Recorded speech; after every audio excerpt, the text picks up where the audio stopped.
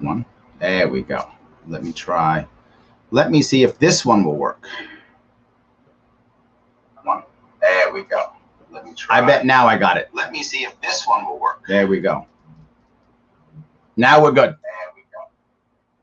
We are now good. So yes, I knew I'd figure it out eventually, guys, and I have figured it out. Is there any echo? All right. So for those of you who are not in my live stream, you may not know who I'm talking to, but I'm talking to everyone else who's in my live stream. We are waiting here for Destiny to come aboard, and we're going to chat about things like sanctions and embargoes and things just like that. Hopefully it'll be an interesting conversation. I hope so. I'm very glad that he's decided to come aboard. From what I understand, he's getting food now. Yeah. The funny part is I'm an old man, so like I eat at like 7, so I'm ready to go to bed, and he's eating. Yeah, back in the day when I was a bit younger, I might have been doing the same thing, but no. And for those of you, particularly those of you in the Liberty Movement, you may or may not realize that tomorrow I will be in Michigan, and if any of you are in Michigan, you can please join me and Spike Cohen and Justin Amash, and we will be there trying to make good things happen. I hope in Michigan. We're gonna have a gala, raise some money, talk about some cool things and some good movement, I hope, for this year and next year. So for those of you on Discord who aren't in the Liberty Movement, I apologize. I'm boring you with inside baseball, but Destiny hasn't come in, so you guys have to get punished. Blame him. Don't blame me. So can you guys hear me over there at the Blue Politics? Awesome. Excellent. Do we know if Destiny's coming soon? Awesome. I love it. So this should be a lot of fun, I hope.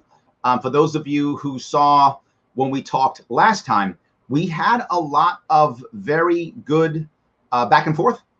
So I was happy with that. I think we'll have it again. I think we will have it again, which is great. So that's what I'm hoping for. And we'll hope that it'll be something very interesting. As you can imagine, again, my libertarian audience, we're not going to be too pro-sanction, right? I mean, it's obvious. We're kind of screaming that, but that's okay. I mean, some people like sanctions, I guess. It's fine. I mean, really, come on. What's wrong with punishing poor people, right? Isn't that kind of our thing? Yes, I'm being sarcastic. Don't get mad at me. I'm being sarcastic. Of course I am. No, I was teasing people, Destiny. Thank you for coming on. I appreciate it. I was teasing people, saying that we're all good teasing poor people. I mean, punishing poor people. It's fine. That's what sanctions do. So I was coming out hot already.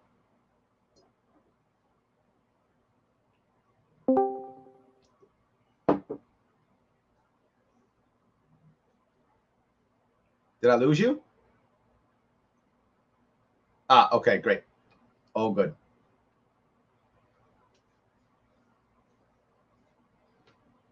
I'm doing good. How about you? I am very happy that you came and agreed to this. I really appreciate it. We did it once before. I'm glad you're doing it again. I appreciate it. Your audience is much larger than mine, and I recognize that. So I want to say thank you for that.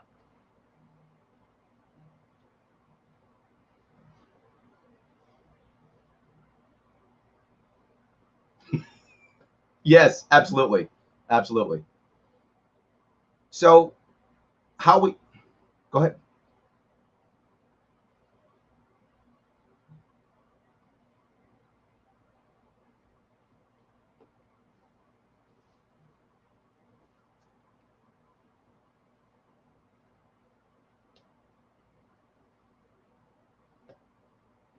All right. So right now we can't, my people can't hear him.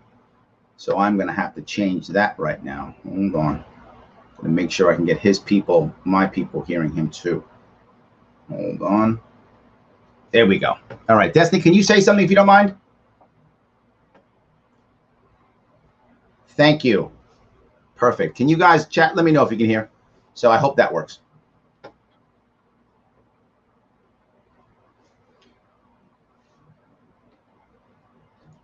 Still, for some reason, my people are not hearing you. Why wouldn't they be hearing you? I'm using StreamYard, and I'm capturing your screen, and I should be able to hear you coming out of this, but I guess I'm not. So why am I not hearing you? What if I change my audio to that? Let me try that and see if that will work. There we go. See about that. Can maybe...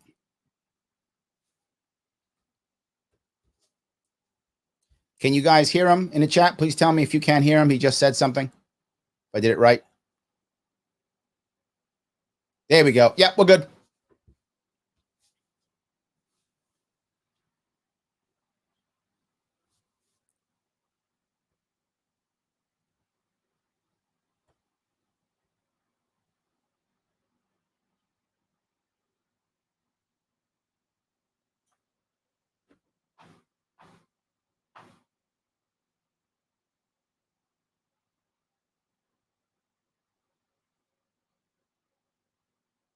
That's correct. Oh, do you want to tell about something else? I'm open. Okay. All good. All good. Oh, I am sadly, I don't know what I've done wrong again. I cannot hear you at all. My people cannot. Now they're mad at me. Let me just check real fast if I can fix it. If I can't, I will copy this later and just post it on my page afterwards if I can't get it. Let me see if I can fix it now. If I can. Hold on.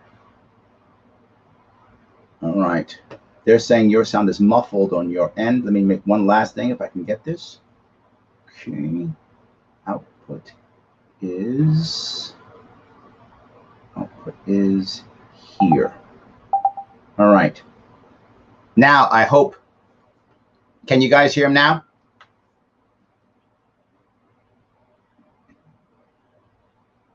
And we'll see if this works this time. All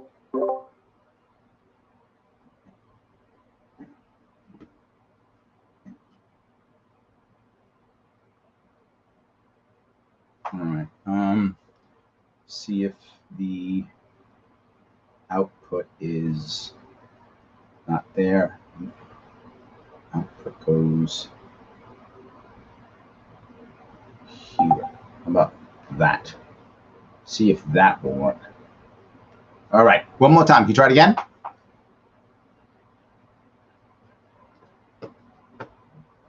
Because I can't see what else is working on. It has to be off. Yeah, has to come in for that.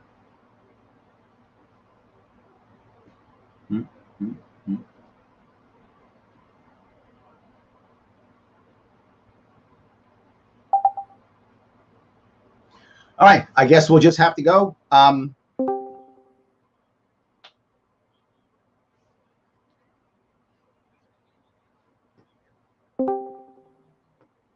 do. And generally when I share the screen, it comes directly from whatever screen I share. It gives me all the audio. It's worked every time except when I've done Discord. Discord has been the only time that it has not worked.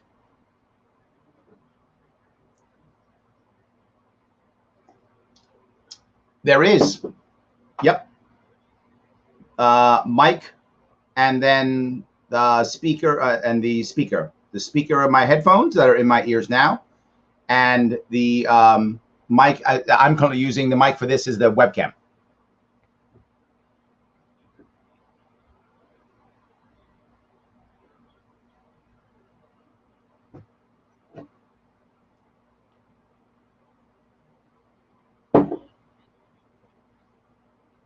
Yeah.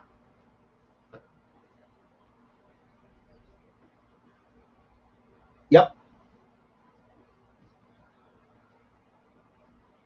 Alrighty, voice and video. Yep. Got it. Yep.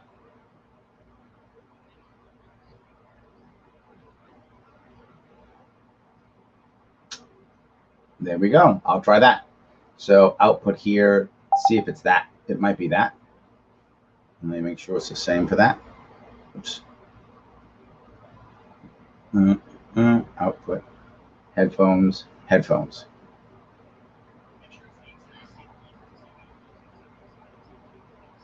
Exact same one. I think it is. Yes, I think it is. Okay, you changed it now, or was it like that already? It wasn't. Now it says headphones there, and I'm looking over here, and it says headphones. Yep, both says headphones. So it should be right. Yep, we can hear. Yep, that worked. Okay. That was it. Cool. All right. Awesome. Okay. Destiny, you are the man. Look how good you are. Well, I've been streaming for 11 or 12 years, so I hope I can troubleshoot audio problems now. But all right. I appreciate that. Yes, we're good. Okay. Just as a heads up, my assumption here was we were discussing the idea was basically to end all foreign intervention unless we're initially attacked. If you want to broaden that, or if we want to have a broader, or I'm not sure 100% we're on the same page, but if we want to talk about like trade or embargoes or something, we could do that as well. But yes, and yes. Yeah. What do you want me to start, or do you want to start? Please start. I'm happy. Go ahead. Okay. I'm kind of giving, I guess, the positive position. So I believe that it is important that the United States has strong alliances around the world. I think that the influence that we gain in terms of having those alliances is essential to the functioning of the United States, both economically, militarily, geopolitically, in terms of trade and everything. And I think that as a result of that, we have to defend our alliances, and sometimes that might mean intervening in other countries, whether countries that are directly allied with us, or countries that everybody agrees is doing something that is tantamount to something horrible enough that all the countries in our alliances would agree is horrible. So I'm pro-intervention in the case where the United States is defending its interests, while acknowledging that obviously we've had problems with this in the past, and every intervention isn't going to be perfect. But I would say that the downsides outweigh the definite downsides of being completely and totally non-interventionalist, where we don't do anything. I would say, yeah, you're right. I disagree almost completely with that. And the reason why I do is I feel like the second we decide that we should be defending our allies, whatever that is, that's what gets us into wars that generally in the long run don't help, right? That's what gets us into things that I don't want us in. That's what sends young men and women off to die. Traditionally more men than women, obviously, but it still sends youngsters off to die. And you said the key phrase, American interests. Once you say American interests, what that actually means is American big business interests. That's what that always means. And that's my concern. My worry is we have big business interests that are prepared to have people die for their interests, or even just the idea of having power and such. And I guess I would look at our last, say, 70 years as an example. And we can go back further if you want, but at least 70 years. I can't think of one war that we fought that actually in the long run was valuable. I can't think of any sanction that we placed that in the long run actually did what it was supposed to do. I can't think of any time that we've signed a treaty that actually worked and did what it was supposed to do. I think that's my issue. Sure, I understand. So for this conversation, there were kind of 4 conflicts that I wanted to focus on that I hope meet your criteria. So the first one I would point to is the Korean War. The second would be the first Gulf War in Iraq. The third would be the Bosnian War. And then the fourth would be our intervention in Kosovo. So I guess if we go back to the original Korean War. So when North Korea wanted to invade and take over and establish an authoritarian regime throughout all of Korea, and we intervened to prevent that, do you think that that's something that we should have just allowed to have happened? I would look at 2 different things. The causes of that first, and then I'll answer. So I want to hit 2 parts. First off, if we had been speaking to the Japanese and not done unconditional surrender, we could have avoided this. So it's our fault that there even had to be 2 Koreas. That shouldn't have happened. But we did it, and now there's 2 Koreas. So should we have stopped Kim Il-sung from uniting the Koreas? No, we shouldn't. No, I disagree completely. I think we should have allowed Kim Il-sung to mount his offensive. And if he had conquered Korea, then there'd be 1 Korea right now. And that Korea would have gone under Kim Il-sung. With Kim Il-sung as the dictator of North Korea starting in 1950, of all of Korea at that point, starting in 1950, Well, now he has to retain his regime. He has to keep that regime going for the next, in this case, 70 years. Could he have done so? Maybe, maybe not. Would the Chinese be so aggressive with keeping him safe and giving him money and such? Maybe, maybe not. They're doing it now because we have troops in South Korea. So now North Korea has become a buffer state. If there is no North and South Korea, then there's no need for our troops in South Korea. Then there's no need for a buffer state, in which case maybe China treats Korea like it treated Vietnam. Let it go. After Vietnam, the Vietnam War, and we got out in 75, 20 years later, we were trading with Vietnam. You can buy furniture from Vietnam right now. The Vietnamese people are way better off than the North Koreans. That's for sure. So they would have had their own country in whatever way they felt appropriate. The Kim Il-sung regime may have survived, or maybe not. Who knows? There may have been some other type of regime that came into play. But let's say Kim Il-sung's regime survived. He would have had a full Korea to deal with. He probably would have started trading with Japan. Again, there's no South Korea, so there's no Cold War in Korea. If Kim Il-sung takes over Korea, the Koreans have their own peninsula. There's no Cold War in Korea, and he can grow his country as he sees fit.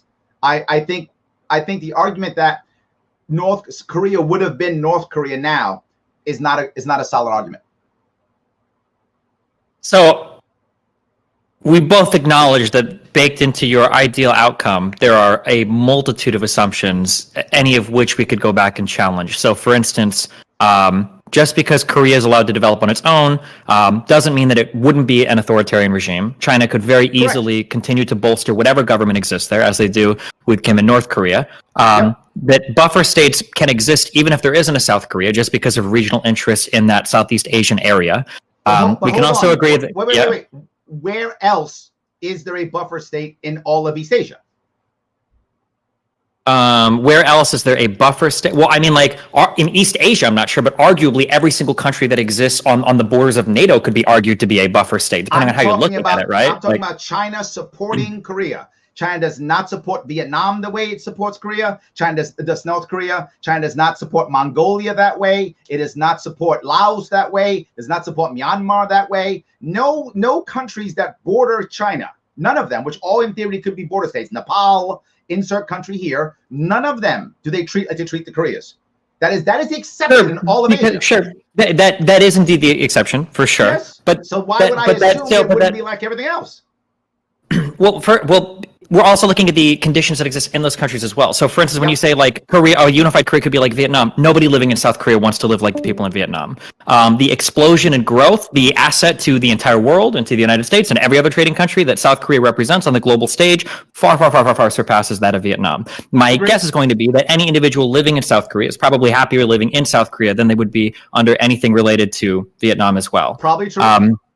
So I look at somebody like South Korea, that is an important U.S. ally, somebody that exists in the region that we rely on for, well, we don't rely on them, but that is like an incredibly valuable trading partner, somebody that we arguably prevented from being ruled by a single authoritarian regime, somebody that you could argue was important in our victory in the Cold War. I don't know if you would have preferred America to lose that or how you see that happening with the Soviet Union.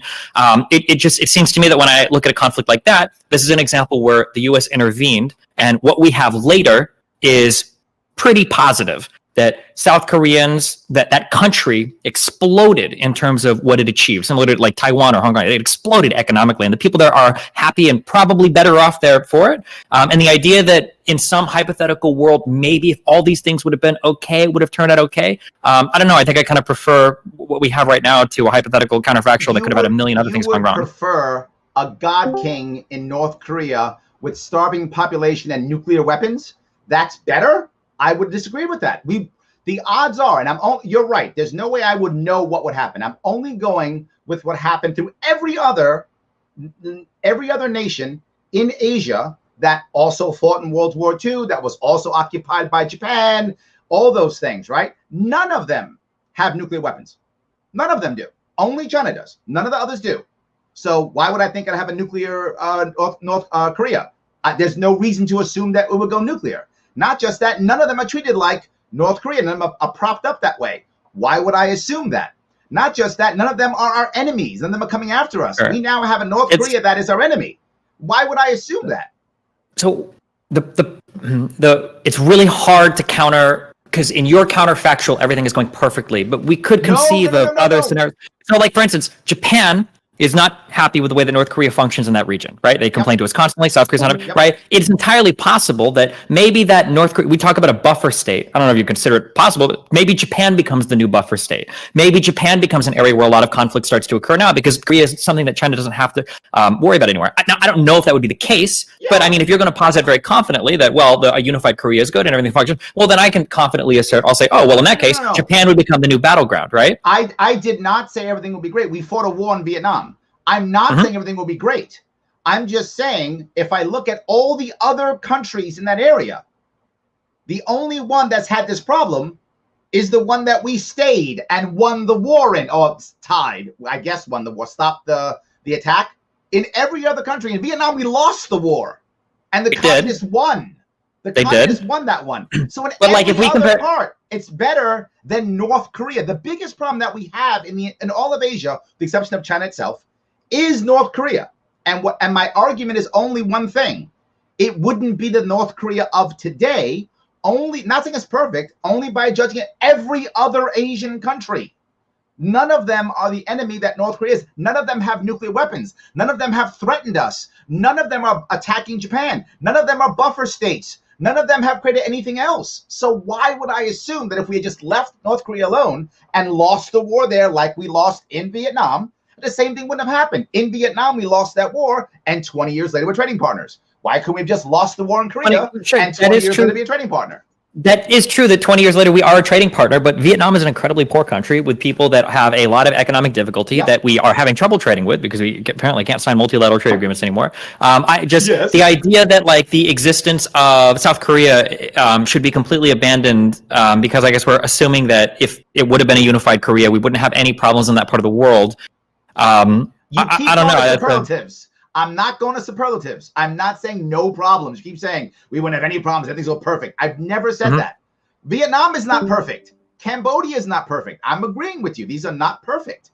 But do you hypothetically, let's say that, hold on, there's 25 to 30 million people in North Korea right now. I would bet all of them, with the exception of the elites, would rather be in Vietnam right now. So your argument North or South Korea, I could easily make North Korea. And there's more South Koreans, about 50 million, give or take, South Koreans, about 25, 30 North Koreans. So million. So there's more South Koreans, I agree. But the people in North Korea, if they only got to Vietnam level, for the sake of argument, they only got to Vietnam level, they'd be happier. So the people who'd be sadder, people would be happier. What if all of Japan was at Vietnam level? Because under your non-interventionist policy, we let China invade Vietnam, we let North Korea invade South Korea. All of those are now part of that big communist bloc. What if China says, well, now we're going to go and invade Japan afterwards? I imagine you would also have to take a similar non-interventionist policy. Do we just let Japan fall to China as well, and they become their own Vietnam too, or? Well, are we done with Korea then? Well, I mean, I'm just applying that similar type of argument, I guess, to any Japan is in the region. So, I mean, no, I don't mind. But you said you wanted to do 4 specific things. If we're done Korea, I'll go here. No worries. Are we done Korea? Yeah, I guess so. Sure. In your so sure. So the second example that I would have would be the first Gulf War in Iraq. So Saddam Hussein invades Kuwait. You want to go to Japan? I guess we can. Well, no one. You tell me where you. There's not like a Chinese. Yeah, The next one. I mean, we can talk about Japan. I guess so. Hypothetically, like, let's say Japan would get invaded by China. Do you just let that happen? Yeah. The reality of those issues is if China didn't invade South Korea, North Korea invaded South Korea. China did invade Vietnam, though, right? But that's a different. But they actually didn't invade Vietnam. They supported Vietnam, but they didn't actually invade Vietnam. Last time China invaded Vietnam was like hundreds of years ago. So China didn't do any of the invading. In both cases, these were just countries trying to unite. Ho Chi Minh, I don't know if you know the background on this, Ho Chi Minh wasn't originally a communist. He tried to get the Western powers to allow him to unite his country. When the French wouldn't do it, and they fought the war against him, and the French got their asses kicked and had to leave, the Americans, as the fools that we were, we got involved. All we had to do was basically leave Vietnam alone. That's it. and Ho Chi Minh would have created his own Vietnam. Would it have been communist? Maybe. Would it have been capitalist? Maybe. But it doesn't matter. We have no right to decide what Vietnam should be, and we can't do it. We fail it. But other countries do, though. Isn't that the problem? So after we left, China invaded Vietnam. Yeah. After we left, yes, but not prior to the Vietnam War. Sure, correct. But so this is going to be like an overarching theme that I have, right? That you want to make the decision that we don't interfere in these other countries because we don't have the right to do that, but every other large country is going to. So don't you just slowly cede influence to all of those? You're just okay with that? That just happens? So let's assume that happens. Didn't China invade Vietnam after we left? China invaded, right? So they had a war. I think they had border war, if I'm not mistaken. There was some kind of conflict. I forgot what the conflict was, but there was some kind of conflict after we left. Okay, Vietnam still trades with us. So are you telling me you're prepared to send another 500,000 Americans over there so that we have a better trading relationship with Vietnam? So Vietnam trades with us now. People kind of have to trade with us because we're the United States of America, right? We won the Cold War. Let's say hypothetically, though, the United States loses the Cold War. Let's say the United States doesn't defend any allies. We don't have NATO. We don't do anything in the UN. And the world slowly is more and more Chinese and Russian dominated. That's happening now. Sure. Well, China, yes. Yep. Sure. Right now. But do you think that that's a world that you would prefer to live in as an American going forward in the future, where it's like a Chinese or Russian dominated world instead? Well, because then we might not have those trading partners, depending on, right? Maybe our sanctions on another country result in them sanctioning us, or maybe somebody else decides that, like, well, we're going to threaten, U.S. hegemony. We don't like how NATO works. Happening now, literally, as we have 29, is that right? Countries we're sanctioning now, something like that. It's happening right now, and now people are thinking, let's start having a different currency. Let's start going around American banking. UBS has more than once been caught laundering money for drug cartels. I mean, this is already up there. Talking about cryptocurrency. There is so much of this already happening. So let me go. But in your world, it would happen way faster and instantly, right? It would kind of be like me saying, like, we need to get fire extinguishers in this house because we have, we've got problems and it might burn down. And then you're saying, well, right now there's a fire in the bathroom, but the whole house could be burning down, right? So if we don't like the idea, and I agree that when it comes to tariffs, at least, they're garbage. We'll probably argue about sanctions a little bit later, but I do think that the United States, especially under Trump, has done a lot of really stupid tariffing and sanctioning, I guess. Although I'm not going to disagree probably with as many of those as you will. But I do agree that's a problem. But like in your world, this could all be hyper accelerated like 1 million times over, where China or Russia. Because it was about. Let's assume for a moment, if China could invade all these countries, why don't they? Because capturing territory in today's world is almost useless. They want to capture intellectual property and banking and companies and things of that sort. Hard. I think that is absolutely incorrect. I don't think that's true. So why aren't more countries annexing more? I mean, China is literally right now in the process of destroying an entire group of people in the Xinjiang region in order to acquire the resources that are in that part of the world. They're literally doing that right now. And we see north of India, west of China, east of Pakistan. We see there's a whole fight over the Jammu. I forget the name of it. That region north of India where there's all that territorial dispute right now. Now, obviously, it's hard to do it, but China's involved in at least. And you've also got China that is kind of sort of actively fighting to get back Taiwan. That's kind of Kashmir, that's trying to get back Taiwan. That's trying to get Hong Kong. So it's not that they're not trying. It's just really hard. You're kind of playing like the end game of risk, and everything is covered. You just said it's overnight, and I'm showing you. No, it's hard to take over land. It's a whole lot. Why is it hard? Intellectual property. Why is it hard? It's hard because people don't accept it. They fight back. We found out in Afghanistan, didn't we? We found out in Iraq, didn't we? If China and North Korea wanted to, they would roll over South Korea in 2 seconds. The reason why they don't is because the United States is backing them. That's why. This would be a non-contest. And we've seen it around the world. We'll talk about the Gulf War, where Saddam rolled into Kuwait. We've seen Putin in Russia roll tanks into Georgia, take over Crimea, right? People will do it. But right now, the worry is that the big bad guy, the U.S., is standing around the corner with a really big stick. And I think that probably helps to keep a lot of otherwise invaded people not invaded, right? So let me, if you're gonna go on that road, let's walk down the road you just talked about. The Chinese, that we decide that we're gonna leave South Korea, right? Tomorrow we pack up and leave South Korea, pull out totally. Do you think that North Korea would invade, or China would invade, or any of those would happen? I don't think that would happen, but maybe I'm wrong, and maybe you're right, and maybe China would take its tanks, roll through North Korea, grab North Koreans, and conquer South Korea. That might happen.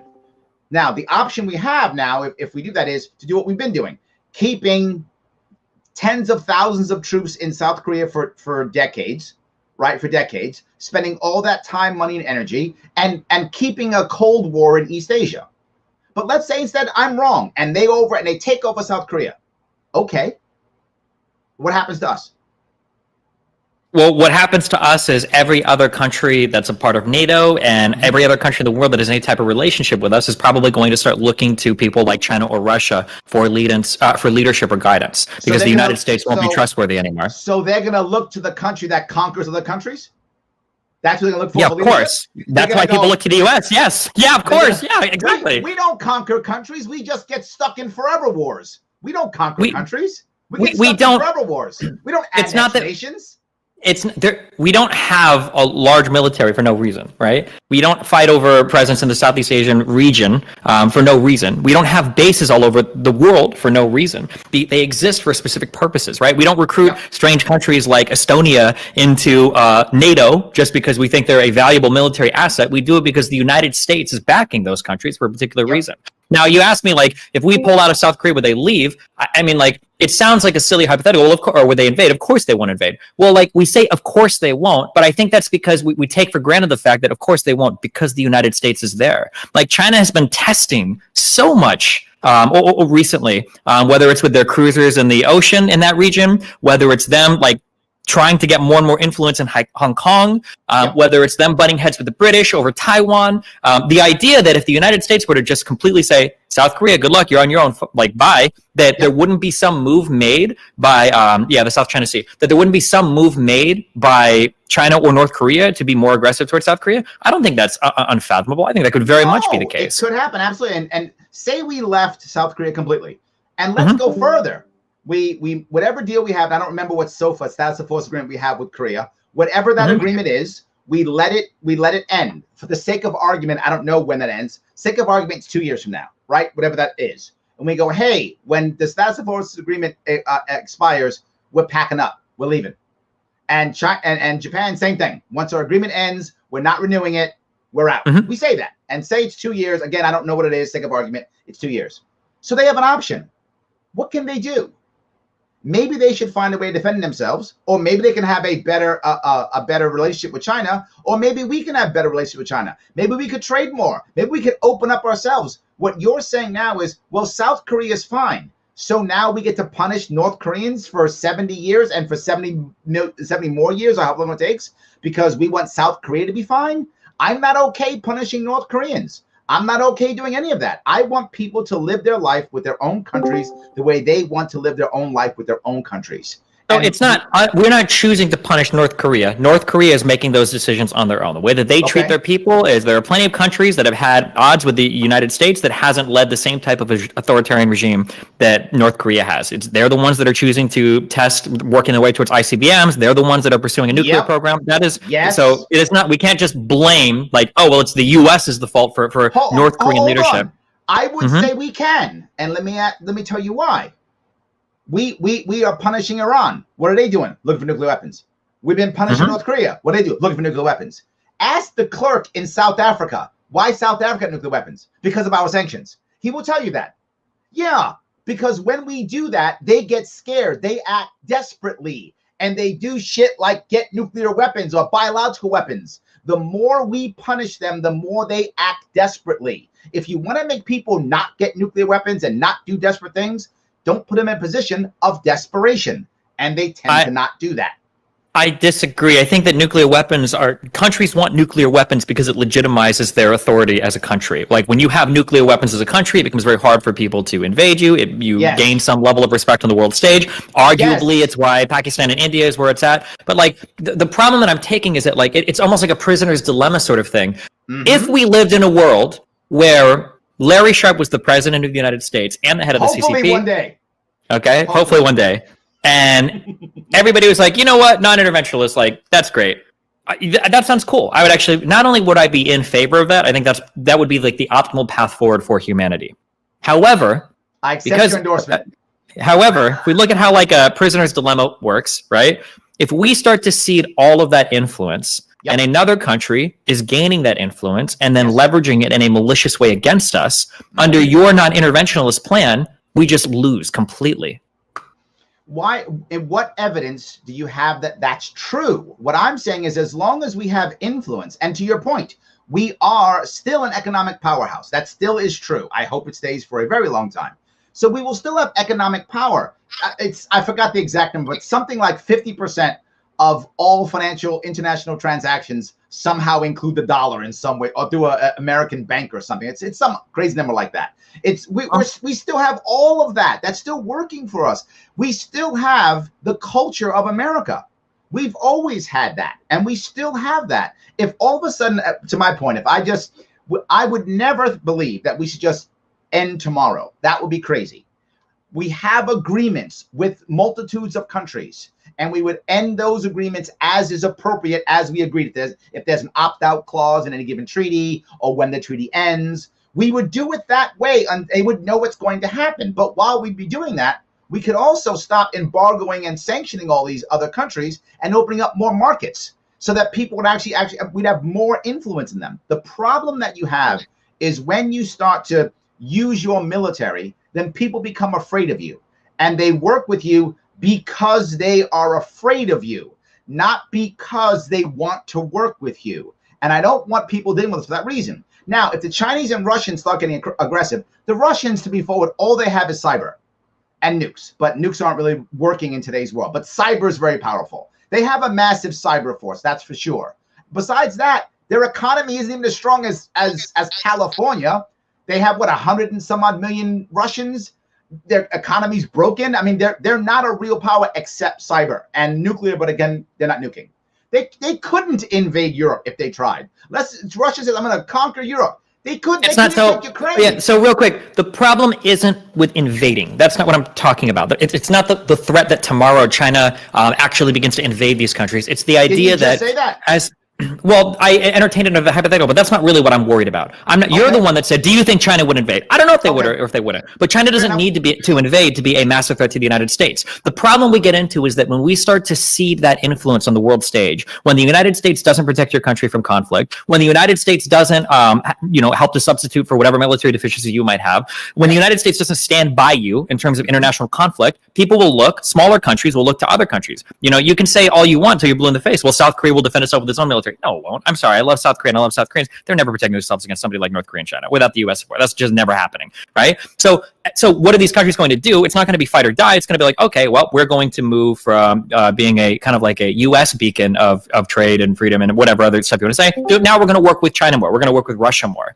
And the problem is that those states might not necessarily have U.S. best interest at mind. And when you get an issue that comes up where there's a conflict of interest between the United States and China or Russia, well, now that we've gotten rid of all of our influence, now that we've dumped all of our influence, well, any conflict that comes up is automatically going to favor those other larger countries that are now going to lead the world hegemony. Maybe it becomes the case that China likes to continue to abuse our intellectual property. You talk about how the United States is a great country. We've got all the financial transactions. Sure, for now we do. Maybe China copies enough of our stuff because of the way that they run their stuff that now they're going to, now they're the new financial cup of the world. Well, how does the U.S. retaliate? Are we going to go through the WTO? No one cares about the U.S. opinion anymore. Are we going to rely on trading partners? No, we don't have trading partners. They're China's trading partners. And hopefully they trade with America too, right? You're going to start to see all of this influence where China, hold on, wait real quick. Because China's going to be writing all the rules as they've done as we've stepped away from a lot of like the TPP. We've stepped away from a lot of these big multilateral trade agreements.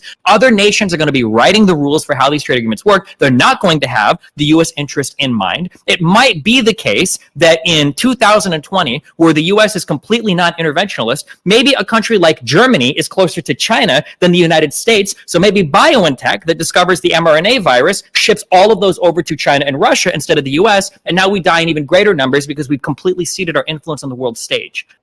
Now, I think you've actually made my point, because you're talking about interventionism.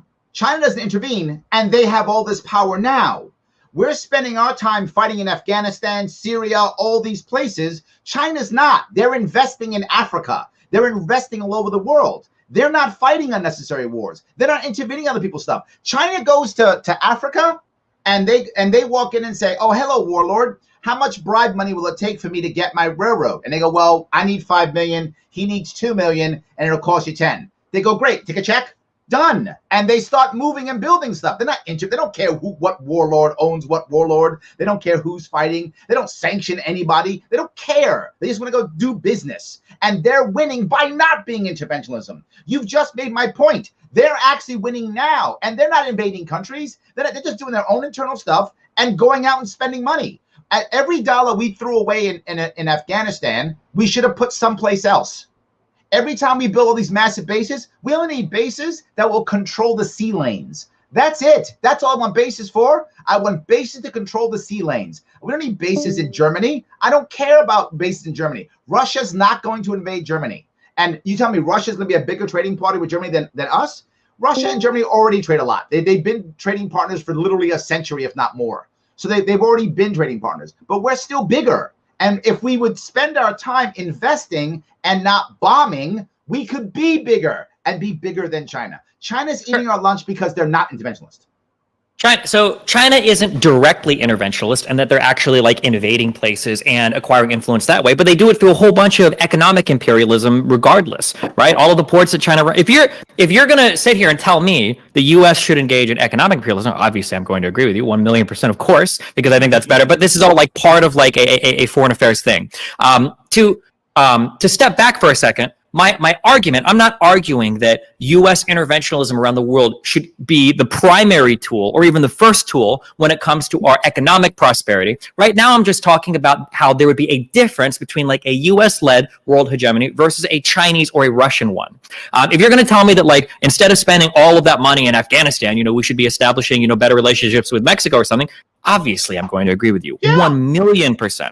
But if you're going to tell me that we need to walk away from every single conflict in the world and let China or Russia step in and deal with it, well, now all of a sudden, people like the, maybe OPEC and other large bodies around the world have friendly relationships with those countries. And again, if any conflict comes up between us and them, now China or Russia can lean onto them. And now we're just kind of shit out of luck in matters of national security.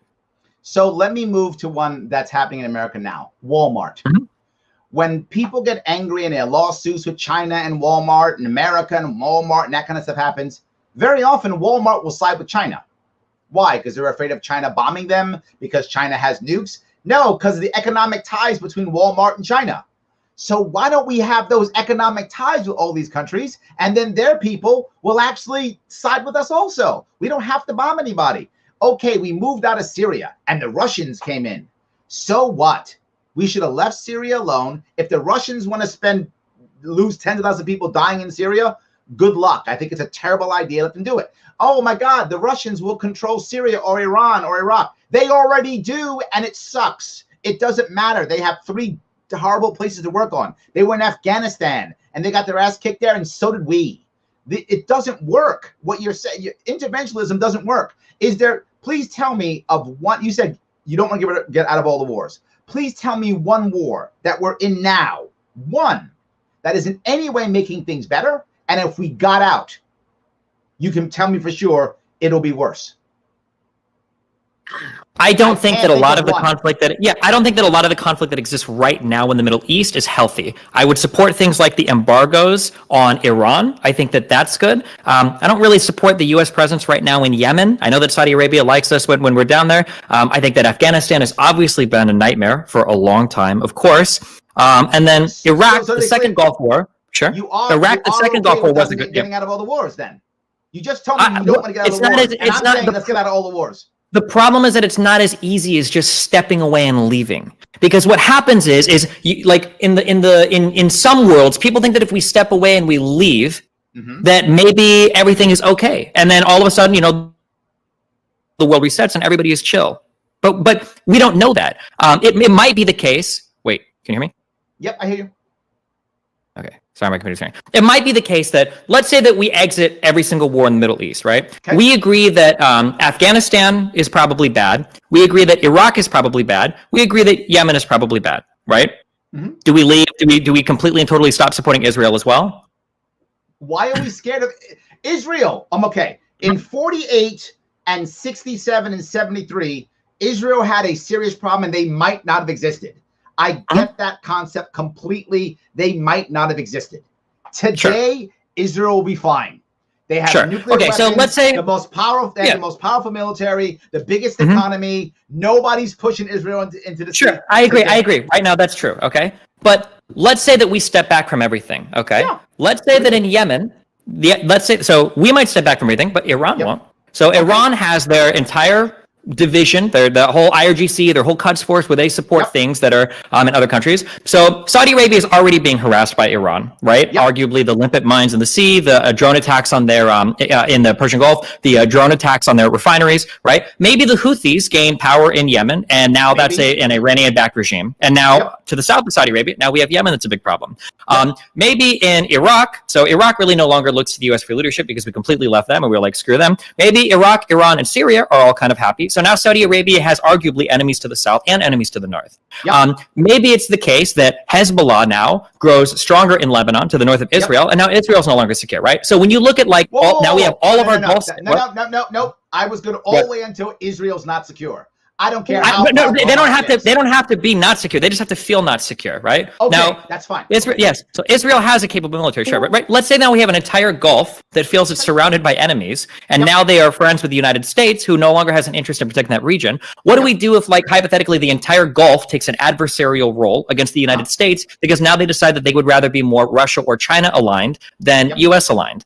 Do we just say like, screw it, OPEC, who cares? We just walk away from all of that. Let's give you two things. Number one, when people are in trouble and they're deciding to, get weapons to fight because they're scared. Let's say everything you say is right. Saudi Arabia is all of a sudden surrounded by, a hostile Yemen and a hostile Iran.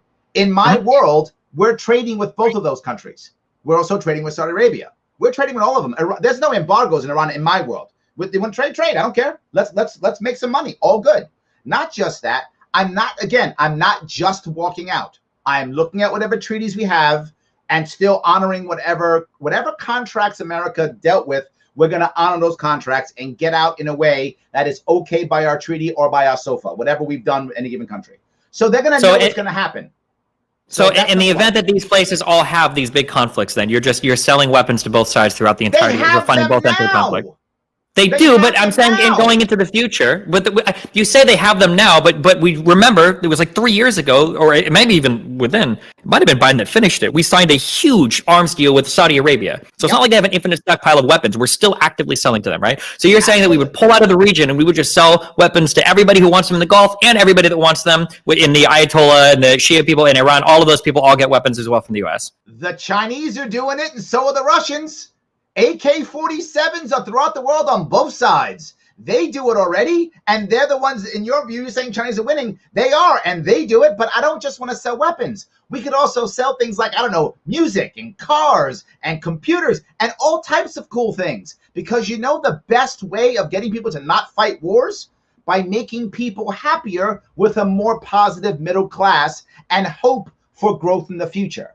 That decreases the odds of war. They still may go to war, but it lowers the odds. And you do that by lots and lots of trade, particularly cultural trade. But when you embargo countries, they go inward. North Korea, inward. Iran, inward. South Africa, inward. When you embargo them, Cuba, inward. They go inward, not outward. I want them to be outward. So even if what you're saying is true and the Iranians all of a sudden take over Yemen, if we're selling weapons to both sides, good. Hopefully they don't go to war. And if they do go to war, they'll end the war, or they'll get smart and go, this war doesn't work. This is a bad idea. Let's stop fighting. Or they won't. Someone in is not going to fight. Someone's not going to fight. And the people who don't fight are going to be the ones getting the cool cars and music and all that kind of cool stuff. And they're going to wind up getting refugees. And eventually people are going to be like, you know what? Maybe we got to stop this fighting. Then why does anyone in the world fight ever? If they could all just be chill and be middle class and... That would be awesome. They can't. I wish that were true. We should be encouraging that. The more trade we have, the more we shift our culture, the more that will happen. I want that to happen. We're nowhere near there. There's dictators Okay, everywhere. so the most extreme version of this I can think of. So say Japan doesn't bomb Pearl Harbor, then do we just sell weapons on both ends of World War II? We sell weapons to Germany, to Britain, and to the Soviet Union, and we just kick back and see what happens? Is it? I'll go to two parts on this one. First off, I would ask you to stay on the first part, but I will cover your second part. The first part: can you think of a country that we embargoed or did these things that actually became better off? But think of those that didn't. I don't know every embargo that's been in U.S. history, so I'm not prepared to answer that question right now. I do know that Iran came to the table and signed a historic nuclear agreement that would have moved us in a more positive direction that Trump unfortunately axed. Now, yes. I'm under the impression, but you say yes, but a large part of signing that deal in Iran was the immense amount of political pressure that happened to their leadership because of the embargoes and sanctions from the United States. That's huge part of signing that joint action treaty. Absolutely. It was the unfreezing of the assets, it was the returning of their money, and it was the laxing of some of the sanctions. Yes, that's what they wanted, right? Yes, exactly. So sanctions brought them to the table to do the negotiation for that Iranian deal. See, you're looking at as sanctions brought them to the table. I'm saying that's not brought them to the table. The idea that they could get free trade, that's what brought them to the table. The hope of, look, we'll open everything up. That's what brought them to the table. So what I'm saying is, let's just do that. Let's just open it up and say, you know what, Iran, don't waste your time. Do not waste your time trying to build nuclear weapons. Instead, let's trade with us. We'll take your carpets again. So I don't know if, based on the history that we have in that region, I don't know if people in Iran are going to be jumping up and down to be friends of the United States. Rather, the country would just become. Yeah. No way. Iranians love us. Come on. The Iranian people love Iranians. I love America. The government hates us. Yes, the government hates us, and they hate our government. Why do you think they get arrested? Why do they get arrested for singing American music? Because they love our music. They might love our music, but based on the history that we have in that country, I do not think Iranians are big fans of the United States. The support of the Shah and because of the whole British petrol and everything and the oil field, I don't think that they have the highest opinion of us supporting everything that happened relating to the Iranian Revolution. Government, but our government is going to be the one. Sure, of course, everybody loves U.S. culture because we're a cultural exporter. For sure. Yes. But no. They can consume all of that and still gear up their entire military and economy towards destroying Saudi Arabia. And they could. But again, if they don't have an enemy, the evil enemy of America anymore, because now they see America as, when the new whoever the cool guy of the day is comes over there and does a concert or whatever, or does a movie opening or whatever's the cool thing, or they open up Netflix over there or whatever's the cool thing, they're not going to want to do that. Now, again, they still might go to war, but the odds clearly go down. So I just want to bring that piece up. Even if they're fighting, so what? The odds are they're not going to fight, but they're fighting now. This is civil war now, still in Syria. Iraq's still a disaster. Our intervention has done nothing but make things worse. So it depends on who we're talking about, like on behalf of who, right? So like with any intervention in the Middle East on behalf of people being, destroyed by like ISIS, would they say that our intervention made things worse for ISIS? Yes. And I'm happy to cover that too. Number one, who does it not make it worse for? The elites who are still in charge. They're loving it. They get to recruit people. They get to have people to be their suicide bombers. The elites are loving it. So they win every time we do that. ISIS. When ISIS actually began to control territory, people said, oh my God, we can't have ISIS controlling territory. There'll be a caliphate in the Middle East. There is one already. It's called Saudi Arabia. They're literally a caliphate. There's already one in the Middle East. So who cares? But next, oh my God, they don't have to control territory. They'll be horrible and they'll come after us and get us. No. You know what happened when ISIS actually controlled territory? They began to collapse because they can't govern. They began to collapse. When did terrorism go down why do you think they started to collapse though? You could just look at it. They couldn't govern. They were Why not though? Because no. It was because they were being pressured on literally every end. You had the Iraqi military that was pressuring them with the support of U.S. troops. You had pressure from the north in Turkey. You had like 14 or 15 odd different types of rebel groups in Syria that were fighting against them. You had Assad that was fighting to recapture those oil fields in the northeast. You had support coming over at special forces from China. You had jets flying in from Russia to bomb them in Syria. It was not just because they couldn't govern. You had the Kurdish people. You had the YPG, the PKK, the Peshmerga. Oh, sorry. There was a lot of different pressure that brought ISIS down. It wasn't just because they couldn't govern. I'm wrong. So why do we have to be involved?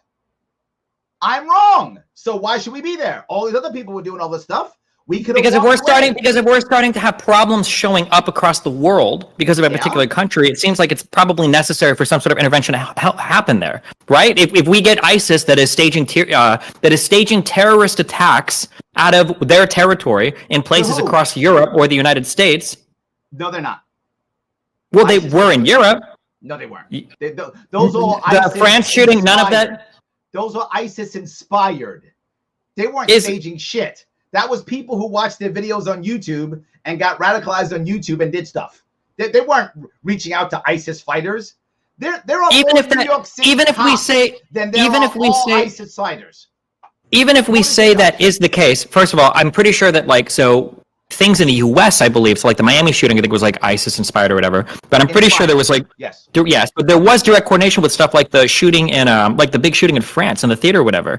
That wasn't just inspired people. Like these people were getting like support from other people. They had big weapons. They were coordinated. They had training. But let's say hypothetically that we even granted all of that. If you still have like this particular spot in the world that is supporting in whatever way and encouraging and radicalizing people to do these acts, is that not something that should like be looked into? But why are they doing it, right? Why aren't those acts? Why didn't ISIS or Al Qaeda, as an example, why didn't they mount offensives or inspire people in Norway or in other places? Why? Because we're seeing the enemy. We're seeing the enemy. Or is it because we're like the symbol of like the leader of the free world? No offense, but nobody gives a fuck what happens in Norway. I mean, nobody cares if Norway gets... I agree. I agree with you. Yes, but it's not because Norway isn't doing anything or because they aren't the United States. It's because they don't. I don't know what Norway represents. Norway represents old Vikings, I guess. But my point is, my point is, they don't hate us because we're the free world. They hate us because we bombed them. They hate us because we've been invading them. ISIS got power because we knocked down Iraq. That's why ISIS became powerful. We created ISIS. That's not true. We encouraged ISIS. That's better. We didn't create ISIS. Part of the later development of ISIS in Iraq was probably due to the power vacuum left there. I agree. But a lot of ISIS's foundation came from Syria. They made a lot of money running those oil fields and trucking that stuff north. That didn't have anything to do with Iraq. So I mean, like, I don't. That's why it was first called ISIL, which was in the Levant, and then it became ISIS. Yes, I totally agree. I got you. That's where the shift came in the name. I'm with you. But again, so what? Did they bother us? ISIL wasn't bombing us. ISIS didn't care about us. ISIL didn't. ISIS does. Leave them alone. I guess so. You know what they'll do? They'll deal with their own stuff. Leave them alone. I guess, like, I think fundamentally, I think we have different views of where the world goes. I guess from a macro level, it feels like you think that if everybody is just left alone, people will just start trading and economying with each other, and people will be happy, and middle class will form. Okay. No, I don't believe that at all. No, I don't. I'm saying the world will be better off. There will still be wars. There will still be people fighting each other. I just say we'll be better off. So I'll go back to what you talked about World War II. Yeah, World War II. I will. I will say World War II happened, the way it did at least, because of what we did in World War I. If we had just stayed out of World War I, the odds are, we don't know this for sure, but it looked like the Central Powers would have won. Probably Germany and Austria would have won World War I. If they win World War I, well, there's no World War II the way we saw it, right? There may have been some other World War II, but it wouldn't have been the one we saw it. The odds of them going through that, there's probably no rise of Hitler, right? Maybe it is like it's I can't even imagine what the world, because now we're in like a totally different. But let's at the point of World War II, because if we go back infinitely, the U.S. never exists because France doesn't intervene and help us in the Revolutionary War, and now everything is gone. So we're not going back to no intervention ever. So the point of World War II is happening, where we clearly see that there is one power that is starting to take over the entire freaking world. We as long as Japan never attacks us, we don't intervene. We just let it happen? Yeah. Yes. Yes. We lost 500,000 Americans and started a Cold War and supported the Soviet Union. Because of our intervention in World War II, that's what happened. And to be clear, most people don't know this. I've asked this question in the show before. It's a trick question. When did the United States declare war on Germany? We didn't. Germany declared war on us. That wasn't part of declaring the war on Japan, wasn't it? No, like considered the entirety of the... Not at all. If Germany didn't declare war on us, we wouldn't have gone to war against Germany. Germany declared war on us. December, was it 10th or 8th? I forgot when it was. Hitler declared war on us. We declared. Sure, but Japan, where they were allies, right? So we know that declaring war on Japan, that's going to be... No, because Russia was fighting Germany. Russia was not fighting Japan. No, that's not how it worked. Germany declared war on China. China wasn't fighting Germany. Japan declared war on America. Germany. The assumption is that... Okay, so you're assuming that if Pearl Harbor bombs us and we go to war with, if not Pearl Harbor, if Japan bombs Pearl Harbor and we go to war with Japan, that Germany would just chill and do nothing, and that we would just chill and do nothing. We would just stop with Japan, or what? No, what probably would have happened, and again, this is all hypothetical, so I realize what I'm saying is maybes, ifs, ands. Actually, there was a book written, believe it or not, by Newt Gingrich. He wrote a book called 1945. And the book he wrote was the assumption in his fictitious book. Hitler actually goes into a coma. He has a car accident, I think, and he goes into a coma in December. So he's in a coma when Japan bombs Pearl Harbor. So he never declares war on Russia. And in his book, we defeat Japan, Germany defeats Russia, the British sue for peace, and it's a Cold War between us, the Brits, and Germany. That's his book. But Germany literally declared war on the United States after we declared war on Japan. So I don't. So correct. You're acting like, well, we're going to do something. We weren't planning to do anything. We sent Jews back to Europe when they came to us. We sent them back. We weren't trying to do anything. We weren't trying to. The largest, I don't know, people don't notice, the largest ethnic group of people in America is Germans. That's the largest ethnic group in America. And there was a thing called the Bund. The Bund was actually German Americans during the 1940s who supported Germany. We weren't going to war against Germany unless Hitler declares war on us. So this idea of us intervening and saving the world from fascism, it came to us. We weren't planning on doing anything. So I understand that originally we wanted to be non-interventionist, but we intervene. And I feel like most people would agree that the U.S. intervention was probably a positive thing. But it seems like you're saying that the U.S. probably shouldn't have intervened. If Japan hadn't attacked us, we let Germany run all of Europe, and then Japan and Russia and all of them are friends, and then... I'm saying the same thing. The reason why Japan attacked us is because of our economic sanctions against them. Our economic sanctions against them is why they bombed us. That's the reason why they bombed us. If we didn't have economic sanctions against Japan, they don't bomb Pearl Harbor. Is there... Sure. But is there, and I'm pretty sure it's because of, in large part, because of our support of the Soviet Union as well, because of all the materials that we're sending. It was our support of China. We supported China against Japan, and so we put embargoes against them, trade embargoes, but not only trade embargoes, immigration embargoes, immigration halts, all types of things against them because of their war in China, because we were supporting China for some reason. I guess we like Shanghai. Do you think that there's ever a world that ends with World War II, with Japan, Union, and Germany winning and taking over, that ends up being more positive for the United States afterwards? Do you think that world ends up better for us and most people? That's a very good question. I think. Well, but that's what you're asserting throughout this entire conversation, is that it would be a better world. So let me walk down that road. Now, I think it'll be a better world and a more just world in general, because again, I respect the rights of people to run their own world and run their own governments. So that too, right? There's a philosophical piece on top of it. But let's say the Japanese, we don't do anything bad at all to the Japanese part of World War II. We don't have trade embargoes. We don't have any of these. We don't have immigration bans, which we had all of those things against the Japanese specifically, and Chinese to a certain extent. We don't do any of that. So we let trade go back and forth. Then there's no need for them to bomb us. Japan has no natural resources. That's why they wanted to become an industrial power. So they wanted initially, if you look at your history, people can check out if they want to, initially we're trying to trade for those things. But we told them no. And because we wanted to support the Dutch, who had colonies there, the French, who had colonies there, All of East Asia, except for Japan, was colonized. I think Thailand also wasn't colonized, I think. But Japan was about the only country not colonized. So they were saying, hey, Dutch East Indies, French Indochina, British Burma, American Philippines, will you please trade with us so we can grow and be a powerful country?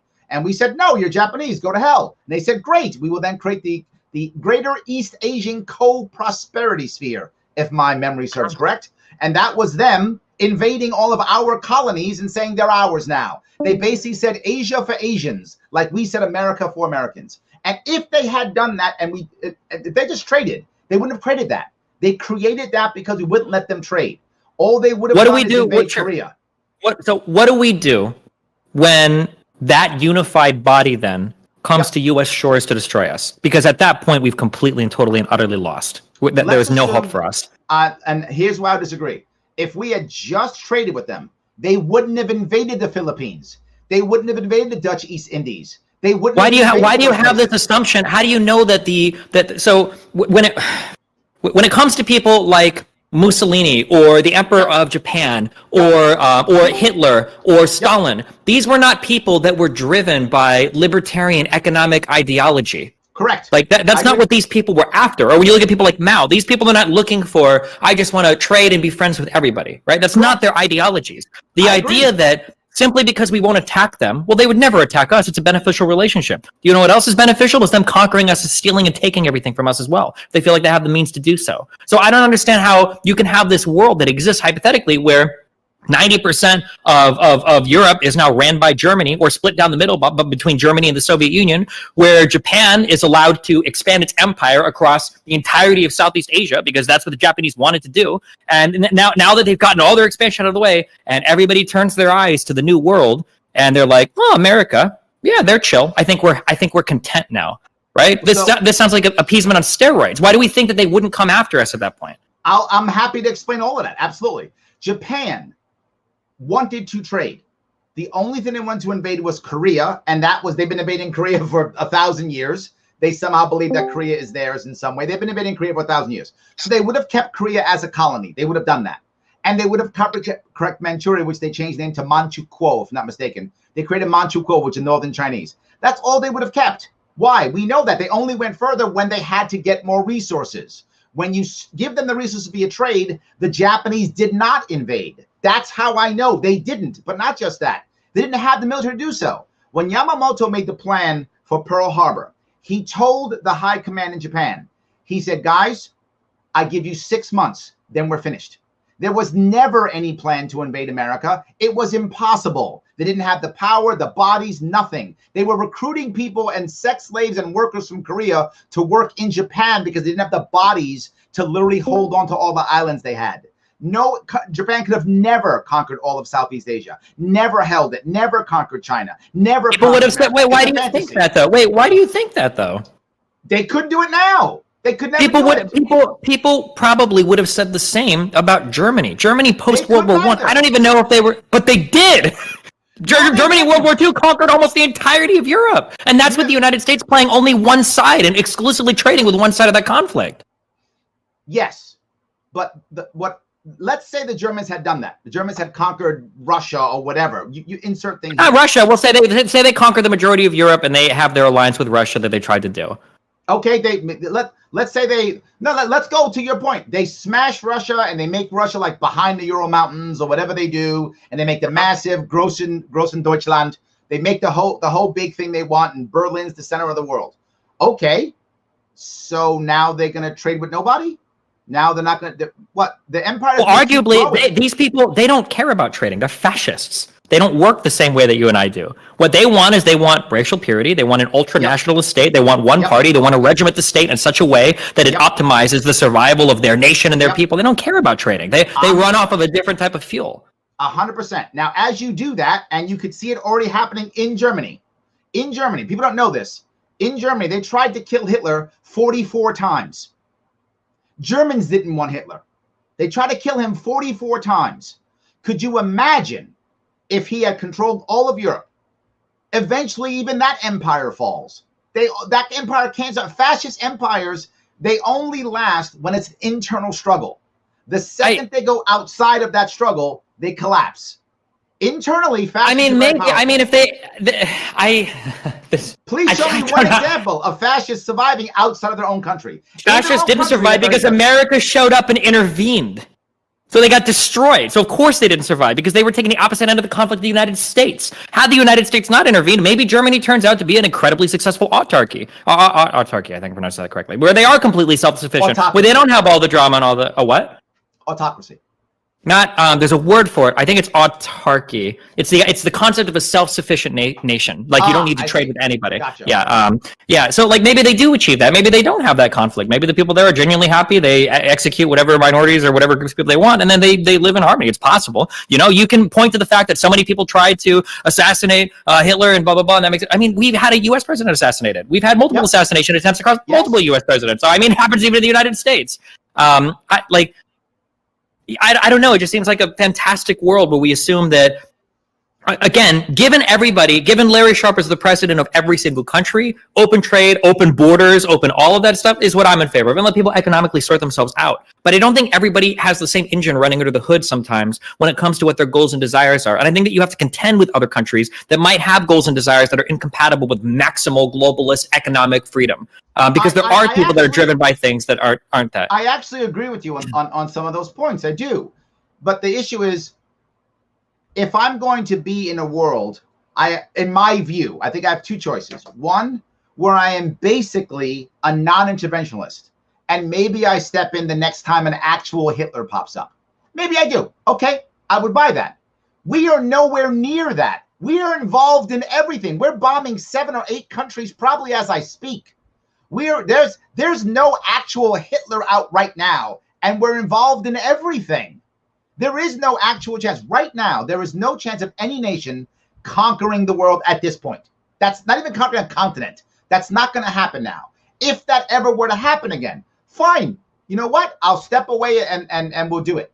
I'm okay with that. But that is so rare. That's maybe once in a century. Maybe once in a century. So if we have to go to a war once in a century against the Hitler of the day, fine, we'll do that. Otherwise, let's leave everybody alone. So looking back, I don't remember if we even touched on this. So when Saddam Hussein invades Kuwait, do we just leave that alone? Of course. Of course. What did that give us? What that gave us was 10 years or more of no-fly zones and embargoes and punishing the Iraqi people. That's what it gave us? No, thank you. Let them have it. Him and Saudi Arabia could fight over it. Let Saudi Arabia and Iran fight over it. What if that area, though, isn't there a chance that area just descends into even more chaos? We didn't stop them when they fought a 10-year or was it 8-year war, a 10-year war against Iran. They lost over 1 million people. They did? Kuwait doesn't even have 1 million people in it. Iran lost 1 million people. I don't even know what Iraq lost. Iran lost at the end of that Iraq-Iran war, right? We'd already seen that Saddam was willing to engage in chemical warfare. We see that they're invading Kuwait like that. So, but I guess we just don't care. I'm guessing. So then it's the same thing it's not that we don't care. We can still say look. I can still, if I'm this magical president you're talking about, and I become president, I can still do what I think is the most important thing: is use the bully pulpit with a moral war. I'm okay with that. But there is no moral war if there's nothing backing it. It's was it Roosevelt or who said it's like walk softly but carry a big stick or whatever? There is no bully pulpit. Yeah, there's no bully pulpit if everyone knows you're not going to do anything. But there is, because we are a globalized society and money talks. So if instead I simply tell my people in America and across the world, look, these guys are doing these bad things. Why don't we all say that? We should look how bad they're doing these bad things, and what begins to happen. Let me finish. What happens? Okay. Well, careful, because it sounds like you're about to justify sanctions or embargoes. I am, but I'm not. Be very clear. I am, but I'm not. I'm okay with individuals deciding to purchase what they want to purchase when they purchase it, and if that means that by default it creates a sanction or an embargo, I'm okay with it. Why? Because then that is turned by morality, not by American interest. That is turned by the individual people who can actually forgive somebody or change. We decide Cuba is bad. Why? Because Cuba's bad, so we will do that for 70 years. But if the American people actually believe that the Cuban government is evil and horrible and we should not buy these specific things because this is how the Cuban government treats its workers, we don't have to buy it. But now if there is a Cuban guy or gal who makes a company, who does it the right way, we can purchase from that person. We can decide, yeah, most of these Cubans are bad guys, but this one Cuban is awesome. Let's buy his shoes or his cars or his whatever. I don't think people in markets don't make moral choices like this. People just buy whatever's cheapest. Not true. I don't think absolutely true. I'll give you an example in New York State. I'll give you a specific example in New York State. Craft beers. Craft beers in New York State. And this is prior to COVID. I don't know what's happening now, but prior to COVID, because people will go into a bar. Sure, these aren't moral choices. Craft beers are a hobby. Given the opportunity to buy, craft beer is a hobby. It is not a necessity for life.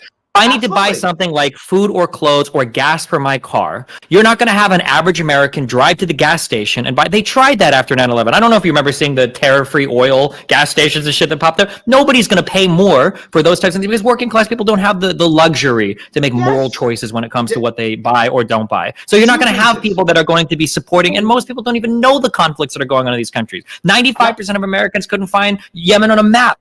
So the idea that they would be making choices at a store for what they want to buy based on those things, I don't think that's going to happen ever. You're never going to have any form of bully pulpit because you're never going to have any form of sanctioning or embargoing.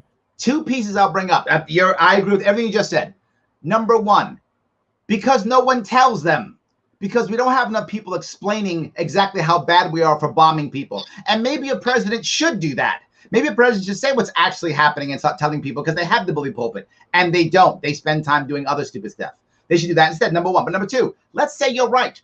And let's say the vast majority of Americans, I'm wrong, you're right, they don't care. I want the cheapest goods. I don't care about Yemen or I don't care about China. Then what right does the government have to sanction if the American people don't care? If the American people actually don't care, like, we don't care if it's slave labor, we don't care. Let the slaves make it. If the American people actually believe that, then why would the government? How does the government have a right to do with that? The government has the right to do it because the government gets its power from the people. And if the government is the one that's enacting sanctions or tariffs and they're being voted on it, right? I imagine we elect leaders because you trust them to make these decisions. And in terms of why don't people make these decisions? Because people, yes, absolutely. That's where our elected officials are elected by us because we entrust them to make these decisions. That's exactly how it works. They're elected by us because of gerrymandering.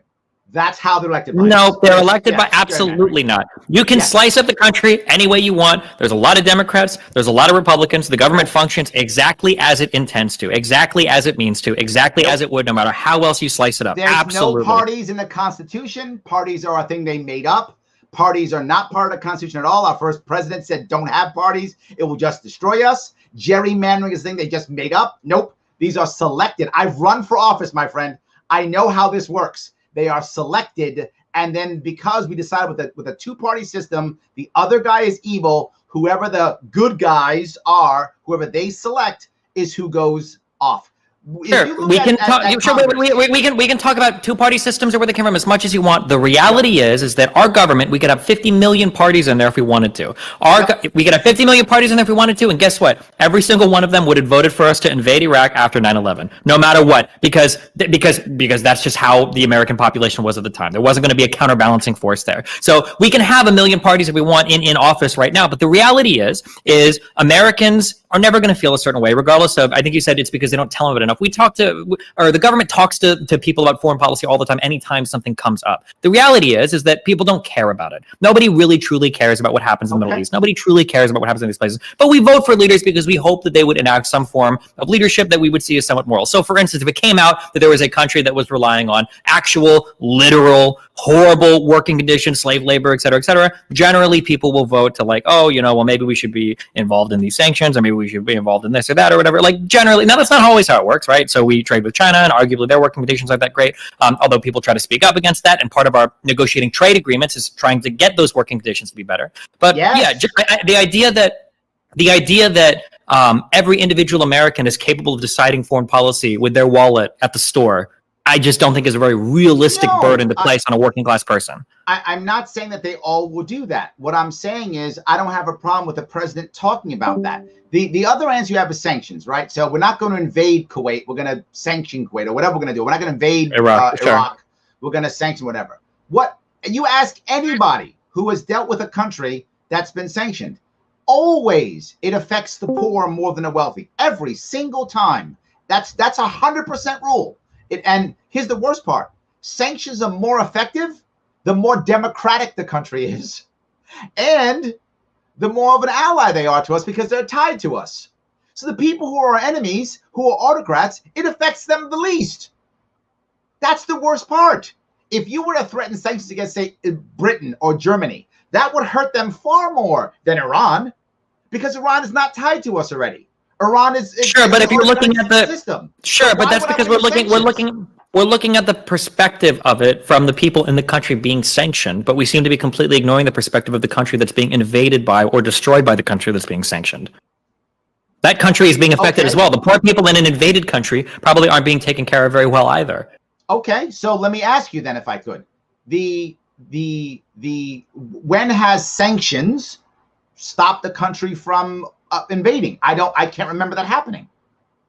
Well, I mean, like in terms of what I'm familiar with, my understanding is that sanctions for Iran are the big thing that brought them to the table for the Iranian nuclear agreement under Obama. That was a huge part of that. Yes, I would buy that. And my point, though, being because we already had sanctions, what if we didn't have sanctioned them in the first place?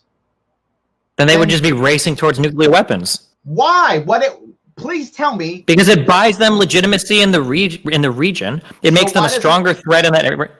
So why doesn't Saudi Arabia have nuclear weapons? Why doesn't Egypt have nuclear weapons? Why doesn't I imagine my guess is Japan, going to be, I don't know what those talks look like, but my guess is going to be is because the U.S. heavily discourages allies from procuring said nuclear weapons. I'm pretty sure we've even embargoed, I want to say it was South Korea in the past, over buying nuclear reactors from France or something. We've literally done that. Yes. So if we made Iran an ally, we would have more power over them to make them not buy nuclear weapons. Yeah. Yes. I don't disagree. But I don't think if we drop the sanctions on Iran, they're not just going to become an American ally. I don't think it works that simply. It takes about 10 years. That's what happened in Vietnam. 10 years to become an ally or neutral, 10 more years to start trading. It happened in Vietnam. We bombed them physically. We didn't even bomb Iran. We bombed Vietnam more than we bombed Germany and Japan. 20 years later, trading partners, 10 years ally, 20 years trading partner. We know if we're working in a world where we're opposed by another force, though, that doesn't want to be allies with us. So if we see that influence and we go back to the Cold War and the Soviet Union is gaining control of these countries, then they're not going to be our friend, even if however much trading we do. I don't know. Poland became our friend, even though they were in the Warsaw Pact. So did all the Baltic states. They did too. They all became our friends, even when they were underneath the Warsaw Pact. They were still our friends. For the rest of the satellite, they were going out of their way to be our friend.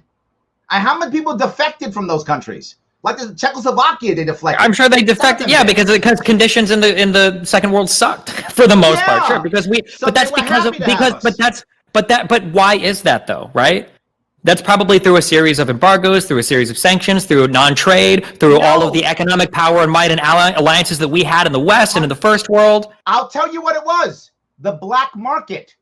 The black market got them to see our stuff. Why do North Korean people defect? Because South Korea is literally doing like parachutes and sending stuff over there to the black market so they can see what capitalism is like. That's why they defect. How else would they know? That's what happened in East Germany. That's what happened in Poland. It was the black market that went across there and people saw it. Sanctions create a black market, which means violence, which means poor people get hurt, which means someone who doesn't have enough money to buy food because they want those cool American blue jeans in the 70s or whenever it was, they literally don't go out to eat because they want to buy those damn jeans so bad. That's what wins. So let's end the embargo, give them the damn jeans, and they'll become our friends. Give them the Pepsi and the Coke, and they'll become our friends. Again, we've seen it happen before. I mean, maybe I'm missing something, but every country that we've spent time embargoing and hurting, every one of them, none of them have been better off. None of them have become more democratic, but everyone that we've just left alone and traded with has become more democratic. Vietnam is not a great country right now, but is it better than it was 30 years ago? Yes. Yes, it is. Yes, it is. It's better. So in terms of a country that I think we tried to embargo for a bit and then it escalated into actual conflict for the Bosnian War, is this stuff that we should never intervene in as well? So when there's giant massacres going on, when you've got Serbia and friends trying to invade and massacre people to the south. Is that just something you leave alone as well, or? Yeah, that the Yugoslavian Balkan disaster is a tough one. It's another tough one. I wish that was an easy answer. That was a powder keg waiting to explode since the Turks were in there. So that was a tough one. It's hard for me to give an answer, but I would have to give the answer, which would still be in what I feel is right, which is you have to let people have their own civil wars. When we don't let people have civil wars, things get worse. In America, we had our Civil War. We had a Revolutionary War. We had to have it to make a country. A lot of these areas that have been colonized, and the Balkans were colonized first by the Austrians and then by the Ottomans. And the Middle East was colonized by the British and the French, and kind of by us now. If we don't let them become nations on their own, if we don't let them go through whatever civil war they want to go through, we don't solve anything. One of the reasons why we have so many problems in the Middle East is we haven't allowed them to create their own civil war and to create their own nations as they want to. We decided what the nations were, and we stopped the wars before they can end. So what about places that are allowed to have their wars that we don't intervene in? So we look at like Darfur in Somalia, or if we look at like the Rwandan genocide. So these are the Darfur stuff is ongoing. So in Rwanda, it was some 500 to 800,000 people killed. Are these good things? Are these? Yeah, I'm going by conservative estimates, but sure. Some would say that in excess of 1 million people, Tutsi or Tutsi, I don't know how it's pronounced in Rwanda. Tutsi. So and the Hutu. Is the idea here that like our non-intervention was like a positive thing in these areas, that they are allowed to figure this out for themselves, that at some point some master race or people that have decided they're superior get to reign supreme? Or you're providing very good examples that are very tough.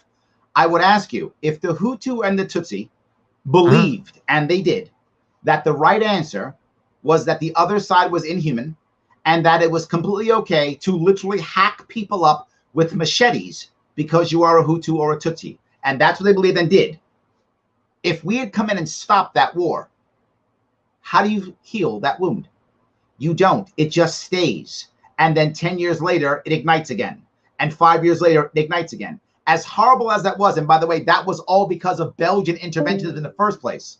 The Belgians created the Tutsi and the Hutu. They did not exist. They are fabricated tribes created by Belgians to decide who would be the ruling class and who wouldn't, so they'd fight each other and not fight the Belgians. So our intervention in the first place, again, is what created this. But now that it's here, they had to get through this. And for the Rwandans, as bad as it's been, they've had apology courts. They've gone through all types of things. They are repairing a horrible wound. If we had gotten involved and stopped the fighting, they would still be fighting, or 10 years later. If you think the other is literally vermin and you are okay with chopping them up because Americans show up with bombs, it's not going to stop you from thinking that. Isn't that literally what happened? Isn't that literally what happened with World War II, though? What do you mean? Didn't we literally invade multiple countries that thought that other people were less than them? Wasn't that the case with Japan? Wasn't that the case with Germany? And we fought a war to stop the Nazis. You know what we still have? Nazis. Yeah, but lots of them in Germany, in America, all over the place. They didn't go away. We don't have a Nazi country, though. That's true. And I think that I think that there is a big difference between pockets of Nazis scattered throughout the world versus a Nazi empire that is dominating the majority of Europe. Agreed, but we're talking Rwanda in this case, aren't we? Sure. Yeah, but I'm just saying that, like, you're saying that we can't possibly step in and stop. Like, maybe instead of over 1 million people dying, maybe it could have just been 20,000. You know, maybe if we hadn't stopped with the Bosnian stuff, maybe everybody there would have been killed. Maybe the massacres would have been, tens of thousands of people. I don't know how many Bosniak Muslims there were. Maybe we could theoretically, the things that we have intervened could have been way different. Maybe Saddam Hussein invades Kuwait, and like he did at the end of the Iraqi war, maybe he just gasses, or like he did with the Kurdish people, maybe he just gasses everybody in Kuwait. but maybe our intervention here stopped this. The way that intervening with Hitler or intervening in Japan, stopped those regimes from the horrible atrocities that they were committing. Like, I understand that it's hard to point. Like, we know every failure of American foreign policy because the past 20 years, this country has constantly been reminding us of the failures of American foreign policy. 70 years, not 20. 70. No, hold on. I'm sorry. When I say that, I don't mean we've made mistakes of 20 years. I meant especially over the past 20 years, we've been trying to be more mindful of the mistakes we've made. Yes. Because if we're talking about mistakes in U.S. foreign policy, we can go back over 200 years for that. Yes, that's true. Sure. Yes. Yeah, I guess I don't think that. It seems like we. It seems like we. It seems like we just have two.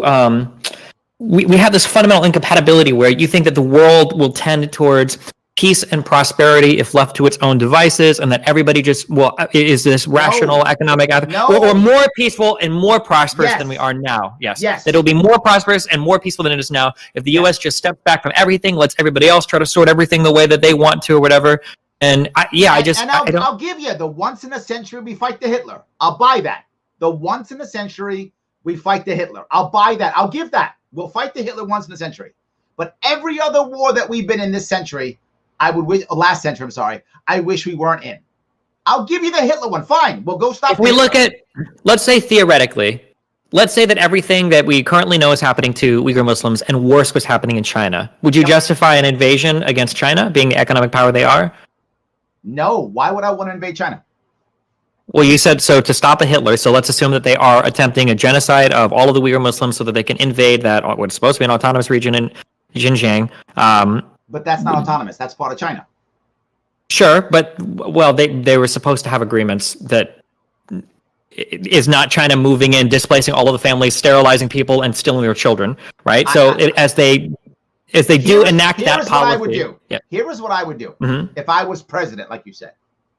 I would put all of this stuff to Congress and say, Congress, are you prepared to declare war on China? Are you ready to send your men and women, young men and women, your children, and I have a child who's 17 years old, to send my children off to war and die for Uyghur Muslims?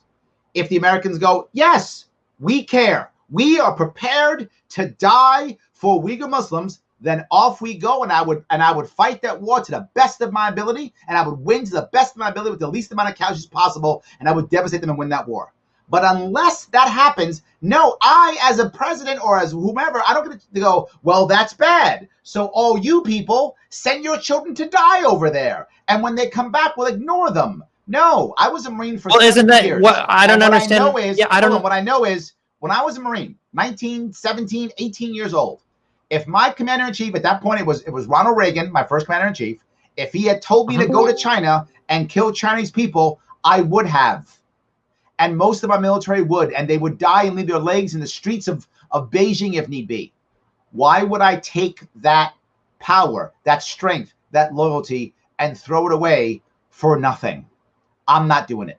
I just don't understand the difference between this and invading Germany then. Why would we vote to throw our soldiers' lives away just for fighting wars? I said no, I just gave it to you. I just gave it to you for fighting the Hitler thing. I just gave you the one. I said no to that too, though. I said no to all of them. I just gave you the Hitler, because fine. If that's all we were doing, I'll deal with it. I would accept that as the only time. Fine, we'll knock the Hitler out once in a while, once a century. If this China one's one time per century, I guess, fine, we'll do one. But the problem is, that's not what we're doing. We have our fingers in every single pot. We're fighting in civil wars. How is that going to work? It hasn't worked yet. I can't think of any win. I can't think of us winning a war since 1945. Have we won any, unless you count Grenada as a war? I don't know if you count that as a war. If you count Grenada as a war, I guess we won that one if you count that. But I don't know if I count that. I guess it's a matter of perspective. I would argue the interventions in Korea, in Iraq, in Bosnia, in Kosovo, I would say that these are positive examples of U.S. interventions. But I guess you're saying that in other worlds, maybe Korea turns out better because it's united, or Saddam Hussein invades Kuwait, and Kuwait has a right to get destroyed, and that's their war to fight. So I guess it's not necessarily better in your eyes. Kuwait is a country made up by Britain. It's a port that Britain made. Otherwise, there's no history to Kuwait. It's just the British said, we want a port here. We don't want to give it to the Saudis. So we're going to put a port here, and we're going to call it Kuwait and put some guy in charge and call him the king. That's Kuwait. So, and that wasn't even a bloody war. I mean, compared to otherwise, it wasn't even a bloody war. But my point is, do we as Americans want to send our youth to die? In the case of Kosovo and Yugoslavia, that was really an air war. I mean, we lost almost no ground troops. I think we lose 6 or 7 or something like that. We lost almost no ground troops in Yugoslavia. We had a couple of our pilots captured here or there who were shot down. But even they didn't die. They didn't die. We got them back. We got them back, yeah. We lost almost no troops, and so that's why Yugoslavia, not bad. It basically was an air war, which is still not great, but they still have problems there. They're still fighting each other. So this, you keep mentioning this, that like civil wars, so they're not allowed to fight, they're still gonna have problems. Would you like support then on one side of the Israeli-Palestinian conflict, just one of those sides just needs to annihilate the other so that they can move forward happily into the future? No. I can tell you what should have happened. I'm glad you brought this up. One of the reasons why, and I actually did a video on this if anybody cares, it's on my page in the Israel-Palestine conflict. One of the reasons why we're still fighting there is we never let the war end. If you look at the last time they fought, and I live in New York City, there are many Egyptians in New York City. In fact, an area near me in Queens is actually called Little Cairo. There are many Egyptians and many Jews in New York City. You ask someone who's Israeli or Jewish, who won the war of 73? Oh, every Israeli goes, Israel won. Ask any Egyptian. Egypt won. They both believe they won. That was why it took so long to get an actual peace treaty there, because they thought they thought that they had both won. The problem is we stepped in. There should not be any occupied territory. There should have been an actual peace treaty that said this area is now Israel and this area is now Palestine. That didn't happen. Wait, hold on. People legitimately believe that Israel lost that war? Correct. Yes. Ask some of your Egyptian friends. I don't know if you have any Egyptian friends. I have some. Ask them. They will tell you. Yeah, we won. Of course we did. Okay. We stopped because the Americans forced us to stop. Yes, they believed they had to stop because America told them to stop. Otherwise, they were going to beat Israel. Yeah, because we went in and stopped the war. So their propaganda is we were going to win, but the Americans stopped us. And they've been raised on that. So they believe it. Yeah. Okay. So my point is, if we would have we didn't. Again, we just, every time Israel fought, we didn't let the war end. Right? So what if this war ends in the annihilation of one side? If that is like the natural ending to it, is what I'm asking. I would hope it wouldn't, and I would try to stop it, and I would try to get people to do the right thing. I would try to have negotiations. But now you say try, but you wouldn't. There's no real trying we can do. We can just shout at them because we're not going to go to war or do anything with anybody because we're not interventionalists. So what does trying even mean? Yeah, look, who makes...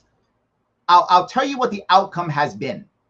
If you go prior to World War II, in the Middle East, America was looked upon as an actual honest broker because we didn't want to in any way, shape, or form conquer anything. We just wanted to get oil. That's all we cared about back then. We were looked upon as an honest broker. Now we're not. So what we have done has not worked. The Middle East is still a disaster. They're still fighting. There's wars every 10 years or whatever. There's wars in northern Israel again. It's still fighting everywhere. There's wars every 10 years in this area. What has our intervention done? Could it be worse? I mean, maybe it could be worse. But if we had just walked away, say after 73, once Israel's up and running as a nation, and we walk away. Right now, Israel and Saudi Arabia are allies. Right now, Israel and Saudi Arabia are allies. They're allies. Israel has nuclear weapons. Israel will be fine. They're fine. No one's invading Israel and taking them over. It's not going to happen. I mean, they're going to have border wars, but then if we would have let them end that war, here's the future. I mean, the thing I can't argue against is like we have no idea if that's true. You have no idea if that's true. There's massive pressure from a multitude of countries. So it's possible that Israel isn't fine. It's possible that Israel just gets destroyed almost immediately. Right now? You mean right now? No. Yes, impossible. Right now. No. Why? How? Please, if you could show me any historian or any expert who would say that, I'd love to see that. They have the most powerful military, nuclear weapons. They're the most powerful economy. They are incredibly powerful. But if that country loses all support from the United States, you don't think the slow downfall of that country? They're not going to get invaded overnight, obviously. Of course not. But you don't think the pressure from everyone else in the Middle East wouldn't eventually come to bear on Israel? Here's what I would say. Say America said, we're not going to invade if anyone invades you. But we're still going to trade with you. We're still going to go back and forth with dual citizenship that we have. I mean, I don't know how many people I know here in New York who are dual citizens of Israel and America. I mean, I know dozens. So there's probably, I assume there's probably millions. I don't know that. But I personally know dozens who are dual citizens. They still trade with the EU. Oh, this economic pressure that they're gonna say, no, don't invade. Other nations will be like, don't do it. This is the wrong answer. That's what I'm saying. I don't think Israel will be invaded right now. They're in a position we have to worry about it. Right now, America is not going to be invaded. Now, that could change. And Israel's situation could change. I'm talking now. They're not going to get invaded now. Israel is in no danger of being invaded now. Being attacked, yes, and they have been attacked, but not invaded. And neither are we. We're not going to be invaded. All our enemies are not enemies. Who's invading us? Nobody. Why are we so scared? No one's going to invade us. The Chinese can't invade us. It's not, yeah, of course, nobody is invading us, but that's like the first grader look of like, what is the problem in foreign affairs? We're not worried about people invading us. It's other forms of attack and then other forms of economic pressure and then other countries that are being invaded. So yes, then let's trade more and more. Let's be more valuable in that regard. That's what China is doing. China's winning Cold War II because they're trading and not fighting. We're fighting proxy wars. In Cold War I, the Soviet Union was senior and China was junior. And we were fighting with espionage in the Russians, and we were fighting the proxy wars against the Chinese. Now it's swapped. Now the Chinese are senior, and they're fighting cyber wars with us, or economic wars with us, and they're winning. And Russia is fighting cyber wars with us, and they're fighting proxy wars in Russia, or I'm sorry, not in Russia, in Ukraine or in Syria. And we're losing this time. We're losing because China is not doing dumb stuff. China is not invading other countries. China is clearing up their own stuff internally, which I hate and is terrible. And they're using economics. We should use economics. I don't disagree in using economics. I think it's incredibly positive to do so. But the abandonment of interventionism, but obviously it's what the whole conversation is about. Yes. So I think we've covered most of the ground here. What's the next? Or I don't know if you want to do a Q&A or what does the next part of this look like? Blue Politic, you tell us. Yeah, if you guys would like to take about 15, 20 minutes for questions. I think that'd be really great. Yeah, go for it. Do you field questions or who's the? I actually have one from my chat. If you want to take one from my chat. Yeah, sure. Before you do that, just anyone listening in, would use the Destiny v Sharpe channel, discord.gg/bluepolitics for questions. Go ahead with one from your chat. This guy's name is Hiberneal. He says, would Destiny be okay with telling a war-fatigued populations that their sons and daughters, his own sons and daughters, where if he were a parent, should be drafted or die overseas? Yeah, I mean, it depends on the type of war. I mean, we have buy-ins for our society in order for it to function, and part of that buy-in is the agreements that not only does the United States have with its own citizens, but the United States has with the citizens of other countries. So, yeah, I mean, much the same that you might be called on to serve a war to defend your country, maybe to defend an ally, but that's part of the buy-in. Like it's like paying taxes; it's a part of the buy-in for the society. Sure. There we go. Obviously, now to be clear. That doesn't mean that I instantaneously agree that every single war is justifiable or that every single conflict is a good conflict. I think that we have done a lot of bad foreign policy. But I think that the full-on isolationist approach, I just think is that's our whole conversation. It's not isolationist. It's non-interventionalist. Non-interventionalist, yeah. It's not. I'm not about isolationism. That's not a good idea. I think I want us engaging like there's no tomorrow, just not with bombs. I think our culture is far more powerful than any bomb will ever drop. All right.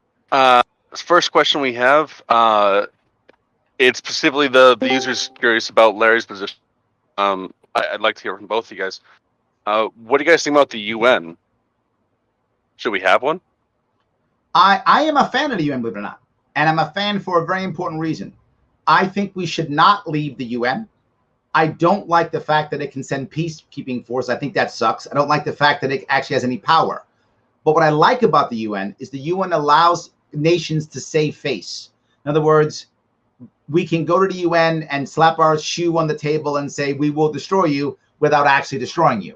we can go up there and shake our fists at countries we're mad at without having to actually drop bombs. So I'm not a fan of some of the things the UN does, but I do think a UN should exist. I'm not against getting rid of the UN. I wish they pull it out of New York City because it destroys traffic for me all the time. So I'd like it to go to the city, but I'm not against the UN. I just don't like the power that it has. I think it's good that it can do things like help to cure diseases and such.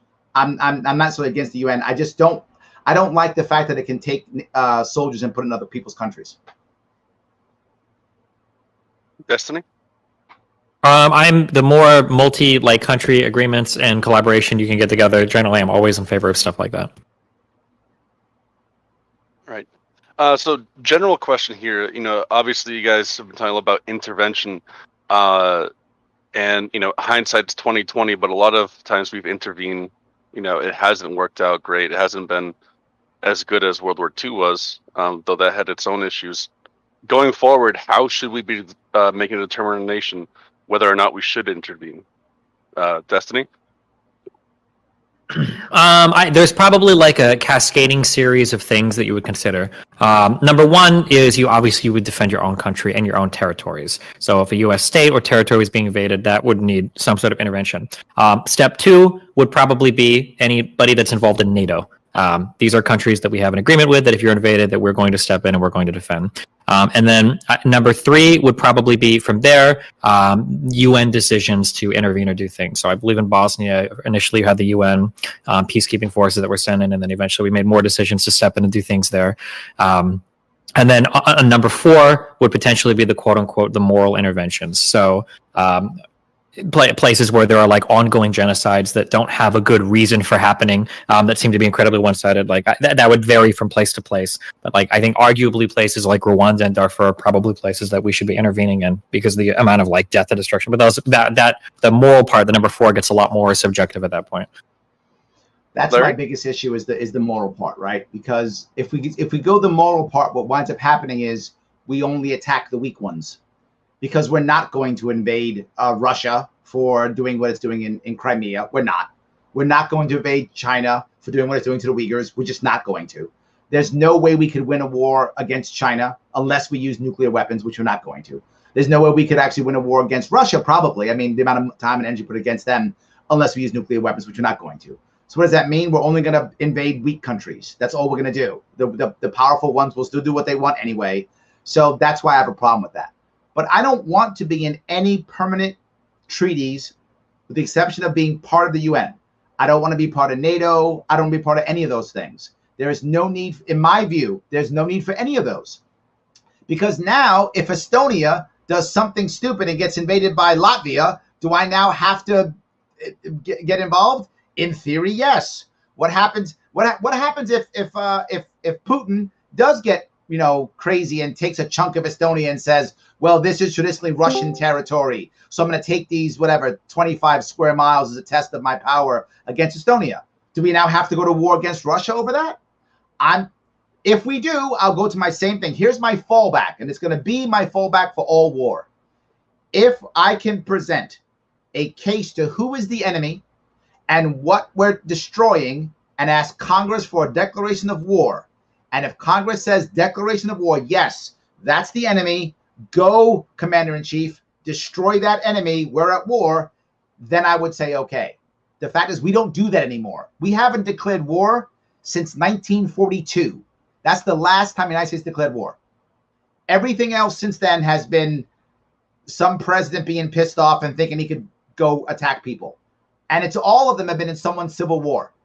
It's been, let's get involved in somebody's civil war. That's what we've done for the last 70 years. We should have done none of that. And I mean zero of that. So that's where I stand. All right, next question's for both of you from Fairgoose. In World War II, Australia was trading freely with Japan until war was declared. It got to the point that bombs dropped on Darwin and the guns fighting against the Anzacs in Papua were made of Australian steel. So that's saying that the Japanese were using Australian resources to fight them. Fergus wants to know, how can we trade freely with our ideological enemies and ensure that resources aren't used against us like this? This literally is my point. The Australians weren't going to go to war against Japan. They went to war against Japan because they were part of the British Empire. They wouldn't have gone to war against Japan. They were trading with Japan. Japan didn't want to invade Australia. They were getting steel from Australia. That's literally my point. If Australia was an independent nation, not part of the United Kingdom and the British Empire, meaning they have to go to war whenever Britain goes to war, then they wouldn't have gone to war. There wouldn't have been Anzac troops landing in places. It wouldn't have happened. That's literally my piece. If we wouldn't have done that, we wouldn't have gone to war.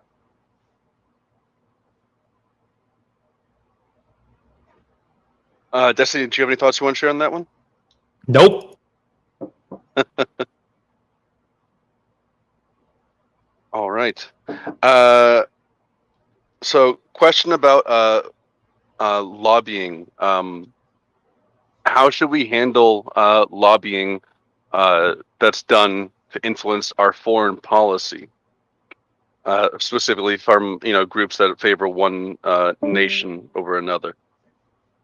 Either of you guys? This is a real tough one, because this has to have, for this to actually get better, there have to be massive changes. And I'll say what they are, but to be forward, they're fantasies, right? But I'll tell you what they are. First off, we have to stop making corporations and entities people. That shouldn't exist. That is a terrible idea, and it should not exist as it is, because that's what allows things like PACs and such and dark money when it comes to that type of thing. It's much easier when you have that. That's number one. And we're nowhere near doing that, but that would be number one. The second thing is full transparency on who is doing the lobbying and who is giving the money. Also a fantasy. What I'm saying is fantasy, I know. But if we were actually able to stop that so that people had to be fully transparent, you'll find a difference. And I guess my example of that is looking at people like Bloomberg or back in the day, Newt Gingrich, when these people were obviously paying for everything themselves, when we knew they were the one behind it, a lot of people were like, no, we don't want it, because it was thought of as one person's, idea. And the idea of lobbying was the individual versus a bunch of people. I think if we saw lots of people giving or caring, it would change how we lobby. I think that will be a good piece. If there is a way that might be more realistic, it might be in maybe changing the tax code. And only because a simpler tax code means many lobbyists will go away. Many of them make money on tax code changes. So if there were less lobbyists because they wouldn't make enough money on tax code changes, then probably there'd be less lobbyists doing other things also. Again, it's a stretch, but it's a tough problem, and I think that the question's a good one. Destiny, do you have any thoughts on that? Lobbying isn't something I'm concerned with. I don't think lobbying has nearly the impact that people think it does. So it's not something that I'm uniquely concerned with right now. All right. Next question is specifically for Destiny from user Donkey. Would there be any utility to changing our Middle Eastern allegiance from Saudi Arabia to Turkey and Iran? Turkey is a pretty close U.S. ally in the region. Iran, I mean, if we had the capability to be close to Iran, we would, but I mean, that's not the side that they're on. I don't think Saudi Arabia would be happy with that. I don't know how Israel would feel. I don't know. That'd be like such a change up of our current allegiances. I don't know how that would. I don't know how that would work. It's hard to factor. I'd have to think about that a lot. Like we'd be like switching sides with everybody because they would all hop from like being kind of like more close to Russia to us. So with Iran, we would also get like Syria as well, and then we would lose. I guess Iraq is already kind of lost. We would lose Saudi Arabia, the rest of the Gulf states, maybe Israel. I don't know. That's a hard one to consider. I'm not sure. I think we probably have the better allies in the region right now, though, in terms of like economic prosperity and in terms of what they have to offer to the world. I think we're probably doing better than the other side of that conflict. In my view, they should all be our allies. Trade with them all. Let's open up trade with all of them. Let's trade with all of them. That's my answer. Slowly but surely, they'll all become our allies. That's my hope. It might take 20 years, but let's start now. We've been bothering the Middle East for decades, and it's been failing. Let's try my way for a couple of decades. What's the worst that happens? It stays as bad as it is? Okay, then I'm wrong. But I feel like my ideas aren't crazy. Trying for 20 years. We've been trying this way for more than 20 years, and it's been failing. Let's try this way. All right, so we talked a little bit about World War II, and also Rwanda was mentioned. Really simple question. Should we, as a rule, always intervene if a foreign country is engaging in genocide? Destiny? It depends on what definition of genocide we're running with there. But I think that it really depends on what definition of genocide we're running with there. I would say that for the worst forms, but I'm kind of begging the question, I would say that we probably should. It seems if we're going to pretend to have any type of like international morality, it seems like that would be a calling for us to do so. But it feels like that would have to be a declaration or a decision made by some bigger governing body, but some bigger institution like the UN, rather than just a unilateral decision made by us. I would actually Larry? swap that. I don't want the UN making the decision, because the UN has China and Russia on it to decide what's right and what's wrong. And China's doing it, and so's Russia. So I don't want the UN making those decisions. That's why I don't want the UN making decisions. I want it to be a place for us to go, to talk, to chat, a place to yell at each other. I build diplomacy through it. That's what I want. I don't want to make a decision because of that. Is China going to say they're killing the Uyghurs? No. Is Russia going to say they've invaded Crimea? No. So the UN's not going to work. That I would never do. I would go back to what I always talk about. We should not have a general rule of getting involved, even with genocide. To Destiny's point, who decides what a genocide is? Do I decide? You decide? Number one. Number two, if we do that, only the weak countries get invaded. We're not going to invade Russia and China. It's not going to happen. If the Brazilians start killing their indigenous population, we're not going to invade Brazil. It's not going to happen. So we should only get involved. And the only body who can decide that is our Congress. That's it. If they go, yes, we are prepared to send our 17, 18, and 19-year-olds to die in X country, then okay. Then we go. If it's not that, we don't go. All right. So I know it's getting late, and at least one of you is old. So last question we've got here. I'm the one. Last question here. China has been postulating in the South China Sea, making territorial claims and expansion. They claim 80% of the South China Sea belongs to them, within a few miles of the shores of Brunei and the Philippines. If China takes aggressive action that leads to actual conflict in the area, should the U.S. intervene defensively to support whoever is at war with China in the South China Sea? Larry? I feel like a broken record, but I'm going to say it again. Unless Congress says do it. Because, look, the reality of it is that's going to be a naval war if that happens. At the moment, China has zero chance of beating us in a naval war. No chance. They have a relatively large navy compared to others, but navies require tradition to be powerful and to do what's required, and we have a naval tradition. They don't. We will devastate their navy in a naval battle. At the moment, that may not be true 10 or 20 years from now, but at the moment. But the point is, even if we do, in that kind of area, we're going to lose sailors, probably thousands of them. Do I want to lose thousands of sailors? Only if Congress says yes. Otherwise, no. No, I do not want to send our women to die, ourselves to go to the bottom of the ocean because they care about some territorial. No. In Destiny? Yeah, I would say that ensuring that China doesn't begin to be aggressively expansionist is probably a good thing. I think that the existence of like Taiwan and Hong Kong are important. I think they represent good things. And I wouldn't want to see all of that just fall to China because we decide to let them have their way in that region of the world. Right. Well, thanks guys so much for coming on. I really appreciate it. I guess we'll wrap it up here. We're Blue Politics. You can find us twitch.tv/bluepolitics or discord.gg/bluepolitics.